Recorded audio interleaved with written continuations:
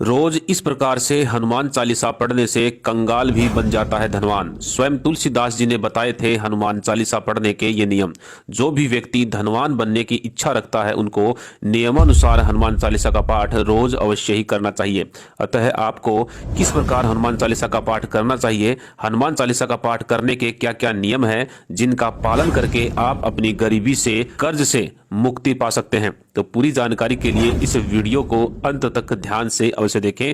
और वीडियो को आगे देखने से पहले कमेंट बॉक्स में जय हनुमान लिखना बिल्कुल ना भूलें।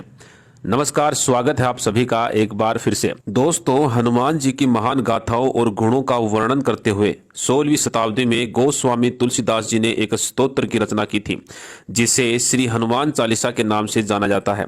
इस स्तोत्र में 40 श्लोक हैं, इसलिए इसको चालीसा कहा जाता है।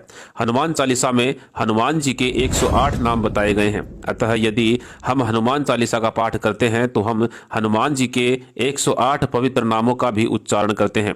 हनुमान चालीसा के 40 श्लोकों को तुलसीदास जी ने इस प्रकार लिखा है कि पहले 10 श्लोकों यानी कि चौपाइयों में श्री हनुमान जी के व्यक्तित्व का परिचय और उनके रूप का उल्लेख करते हुए उनके बल, बुद्धि, ज्ञान, विद्या और शौर्य का वर्णन किया गया है। 11 से 20 चौपाइयों में प्रभु श्री राम के प्रति अनन्य भक्ति की झलक दिखाई देती है।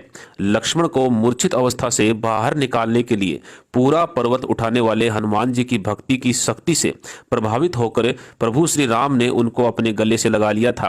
किस तरह हनुमान जी ने सुग्रीव को श्री राम से मिलाकर उस पर उपकार किया था और विभीषण ने हनुमान जी की बात मानी और रावण की मृत्यु के बाद वह लंकेश्वर बन गया।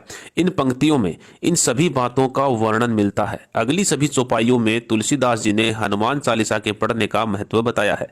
चारों जुग प्रताप तुम्हारा है प्रसिद्ध जगत उजियारा।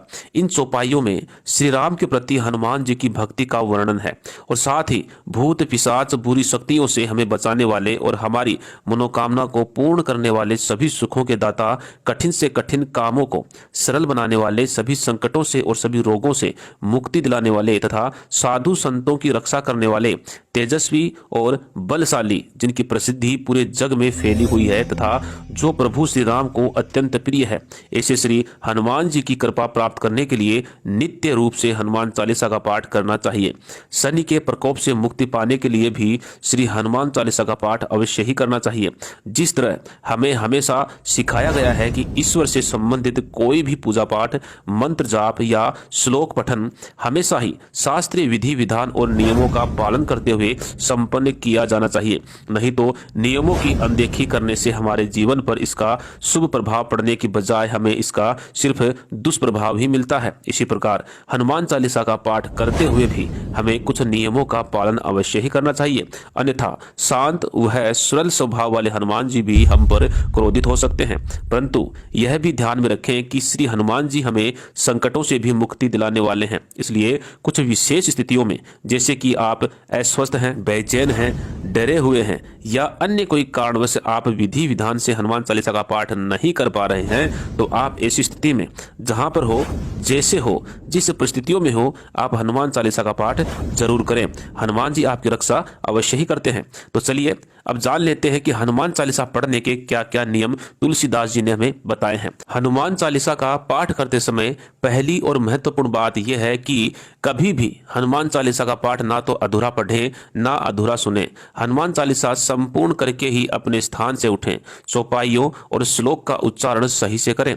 हनुमान चालीसा शुरू करने से पहले प्रभु श्री राम और माता सीता को प्रणाम अवश्य करें। साथ ही हनुमान चालीसा का पाठ जल्दबाजी में ना करके शांत और स्थिर मन से करें। यह पाठ मंगलवार के दिन से शुरू करना चाहिए, इसका भी अवश्य ध्यान रखें। दूसरा नियम, हनुमान चालीसा हमेशा लाल आसन पर बैठकर पूर्व या दक्षिण दिशा की तरफ मुख करके ही पढ़ना चाहिए। हनुमान चालीसा का पाठ करते समय अपने सामने श्री हनुमान जी की मूर्ति या तस्वीर को लाल कपड़े पर स्थापित करें। पूजा अर्चना करने के बाद लाल फूल, सिंदूर, चमेली का तेल और हनुमान जी को प्रिय बूंदी के प्रसाद का भोग अवश्य लगाएं और पूर्ण भक्ति भाव से श्री राम, माता जानकी और हनुमान जी का स्मरण करें। पूरी श्रद्धा भक्ति से हनुमान जी का स्मरण करने से निश्चित रूप से आपको अनुभूति होगी कि हनुमान जी हमारे पास ही हैं। श्री हनुमान जी का प्रत्येक रूप शुभ होता है, परंतु घर में या पूजा करते समय हमेशा ही उनकी आशीर्वाद देती हुई प्रतिमा की स्थापना करें और साथ में जल से भरा हुआ एक तांबे का लोटा भी अवश्य रखें। तीसरा नियम, हनुमान चालीसा का पाठ दिन में 3 बार, 5 बार, 7 बार या 11 बार अवश्य करें।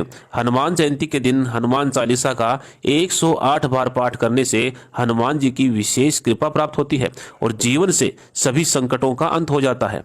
पाठ संपन्न होने के बाद हनुमान जी की आरती करें और लोटे में जो जल भर के रखा था उस जल को बाथरूम और टॉयलेट को छोड़कर पूरे घर में छिड़कें। साथ ही लोटे का थोड़ा सा जल घर के पीने के जल में मिलाएं। ऐसा करने से घर की सभी नकारात्मक ऊर्जा और बुरी नजर समाप्त हो जाएगी। साथ ही घर के सदस्यों का स्वास्थ्य भी अच्छा रहेगा। लेकिन ध्यान रहे कि घर में कोई भी व्यक्ति मांस मदिरा का सेवन बिल्कुल भी ना करे, क्योंकि जिस घर में मांस मदिरा का सेवन किया जाता है वह हनुमान जी बिल्कुल भी अच्छे परिणाम नहीं देते, क्योंकि हनुमान जी इन चीजों से सख्त नफरत करते हैं। अतः जो व्यक्ति इस प्रकार नियमों का पालन करते हुए हनुमान चालीसा का पाठ करता है तो देखते ही देखते हनुमान जी उसके सभी कष्टों को दूर कर देते हैं। तो दोस्तों, मैं आशा करता हूं कि आज की ये जानकारी भी आपको काफी पसंद आई होगी। अगर आई है तो कमेंट बॉक्स में जय हनुमान अवश्य लिखें। धन्यवाद।